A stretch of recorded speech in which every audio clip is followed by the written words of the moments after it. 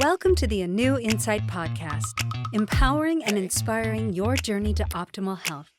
Hosted by Dr. Supatra Tovar, clinical psychologist, registered dietitian, fitness expert, and author of Deprogram Diet Culture.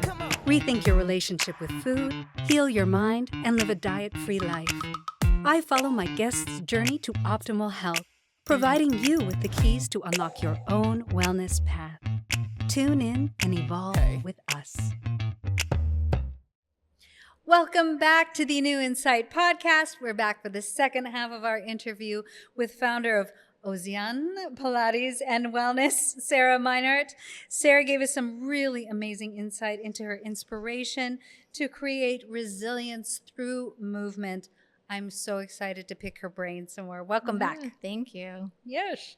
So your company integrates a holistic approach to wellness. So how do you incorporate something like mindfulness or other mental health practices into your Pilates sessions?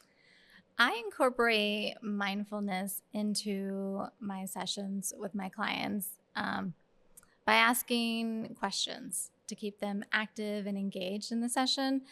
And those questions are like in regards to the movement, right? So even if we're going through like a chest lift, it's like, okay, so what do you feel during this exercise? You know, are you feeling your abs? What muscle groups do you think are helping you do this exercise? And some of them, will say the right muscle groups and some might not, or it's even like footwork, just standard footwork. And it's like, okay, so as you're going through this, what do you feel? And oh, my quads. And it's like, really? You feel your quads? Do you feel like your hamstrings or your glutes? No. Oh, well, let's adjust the weight. Let's adjust your pelvis. Are you thinking, I don't want you to feel your quads, So just giving them questions to kind of concentrate and kind of do a little scan of their body to see what's kind of activated. I think keeps them present without worrying about what's going on maybe in the outside world. And they can focus on those things because I feel when you think of those things, then that's when your body starts to transform itself mentally and physically, right? So then we can see, oh yeah, I am getting more definition in my arms, right? Because I'm thinking, oh, biceps, I'm not thinking, oh, I'm moving with my pec muscle, so then you begin to see that transformation, and then they become aware and they're like, oh yeah, like I do feel my hamstrings, when I'm pushing out. Oh, I do feel my glutes, when I'm doing this. It's like, okay, good. So we've learned. I always like to say like you're repatterning the body, right, to work more efficiently and effectively. Why do you think so many people, and I really do think that most people who are not engaging in regular exercise, maybe coming into Pilates or any other exercise form, are kind of fundamentally disconnected from their bodies. They're not aware of their body in space. Yes. And this is maybe more of a philosophical question or a cultural question. But why do you think that is? I think people take for granted what their bodies just do. You get up and you walk and, and you're just like, oh, that's what my body does.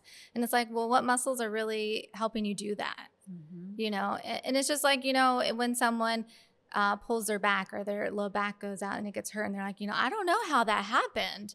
Just all of a sudden I was just picking up a bag of groceries and my back went out. And it's like, well, obviously there was something going on beforehand. Obviously you weren't doing something correct. You were obviously maybe lifting with your back and not your glutes. Maybe you're just hunching over. You weren't bending properly.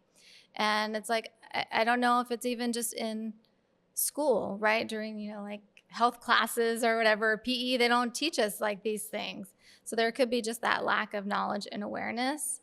And then, people always say too, it's like, oh, I didn't know I had those muscles. And it's like, well, you have them. You just haven't used them properly. And Pilates will make you find those muscles. I also think that we grow up in a culture of shame around bodies. Hiding, like if you look at our, America in particular, it's founded, from more of a religious stance, and that the body was something bad, not to be talked about, taboo, terrible. Yeah. And then you have all of the other influences on top of that. Not only is the body bad, but you need it to look perfect. Yes. Right? You have so much pressure to make it look perfect. Right. And if it's not perfect, it's not good enough. Mm-hmm. And so I think a lot of people, when they think about their bodies, especially if they don't feel like they're measuring up Right. To like to the society's. standards of today, they close off, Mm-hmm. disconnect, just, Mm-hmm. are not in their bodies. They're dissociated from their bodies. Mm-hmm. Would you say that that's in general what you see with women? Do you also see that with men? I would say a combination. I would say more so women, and especially even the disconnect after pregnancy, depending on if you had a C-section or a natural birth. I feel a lot of women who have like the C-section, they come back and they're numb, right? They don't have any sensation, so they can't feel their abdominals engaging. And yet they have that scar tissue buildup, and that's limiting them from kind of engaging or having the sensation of stuff working. Mm-hmm. Because the medical provider hasn't said, well, maybe when you have after surgery and you've healed, start massaging that scar. Just like any scar, when you have, a knee surgery, you're going to start manipulating it to break down the scar tissue. They don't tell women, break down the scar tissue of your C-section incision so that it can be more pliable, so you can start to move more. And I also think too, with my one client with breast cancer, the other day it was like, I think like on a subconscious level, you're trying to like still hide that part of your body, right? Because a lot of like her posture movement was always kind of just like tilted. And it was like, well, that's the sign that you had the breast cancer. And it's like, when you go on your walks, can you walk maybe thinking, I'm okay, I'm healed, I feel better about myself, and see how your body feels, see if different muscle groups activate, and come back and tell me like what you felt. And she was like, I could feel different muscle groups. I could see, I noticed that my presence and how I was walking was a little different. And it was like, okay, like, because there's subconsciously, I think you just try to like hide with whatever pain. And I feel that. I think it's so good that you are encouraging people to conceptualize their bodies through their muscles and the functions that they provide, the functions that they perform. Right. And that's a very different way of people really kind of thinking about or looking at their bodies.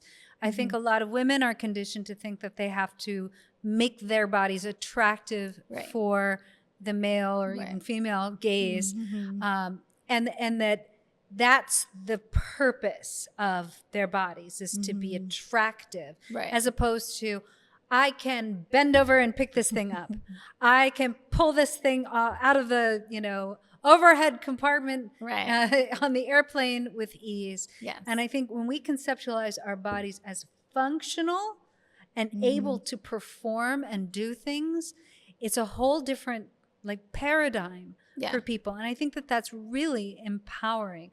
Is that something that you are emphasizing? Yes. Yeah.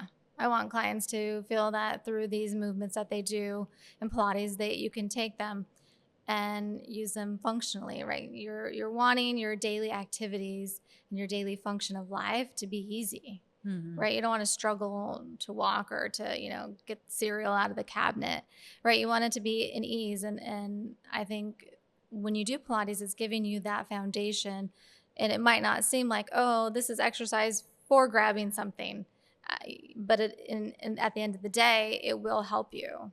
So yeah, and I think really trying to transfer our body's worth outside of, the gaze that comes toward us and more toward what can we do with our bodies, and how powerful are our bodies can help recondition us out of that mentality, keep us from being dissociated from our bodies, and really giving us a sense of gratitude for what our bodies can do. And that's what I'm really hoping, through this podcast and, connections with people like Sarah, that, we can really help to transform how people think about their bodies and their body's worth. So what advice do you have for somebody who's hesitant to start a fitness routine, especially if they're struggling with their mental health? Suggestion that I would give to someone who maybe is struggling with mental health or not, or just wanting to find something new, I would ask like your inner circle of family and friends. See if any of them have any fitness routine that they do, and say like, okay, like, can I join you? I'm kind of figuring out what I want to